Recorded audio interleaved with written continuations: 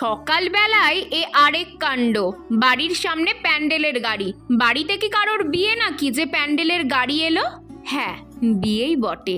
এই দিনটার জন্য আমরা বাড়ির প্রতিটা মানুষ সারা বছর অপেক্ষা করে থাকি জানো। আজ এমন একটা দিন যে মন ভালোও লাগছে আবার খারাপও লাগছে। আমার এই চাঁদ বদনখানা আজ ইগনোর করো, কারণ চিপচিপে করে মাথায় তেল দিয়েছি।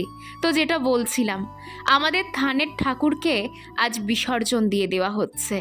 ঠাকুর চলে যাচ্ছে বলে খুব মন খারাপও করছে। একদিকে বিসর্জন, একদিকে প্যান্ডেল শুরু। এক অন্য রকম অনুভূতি।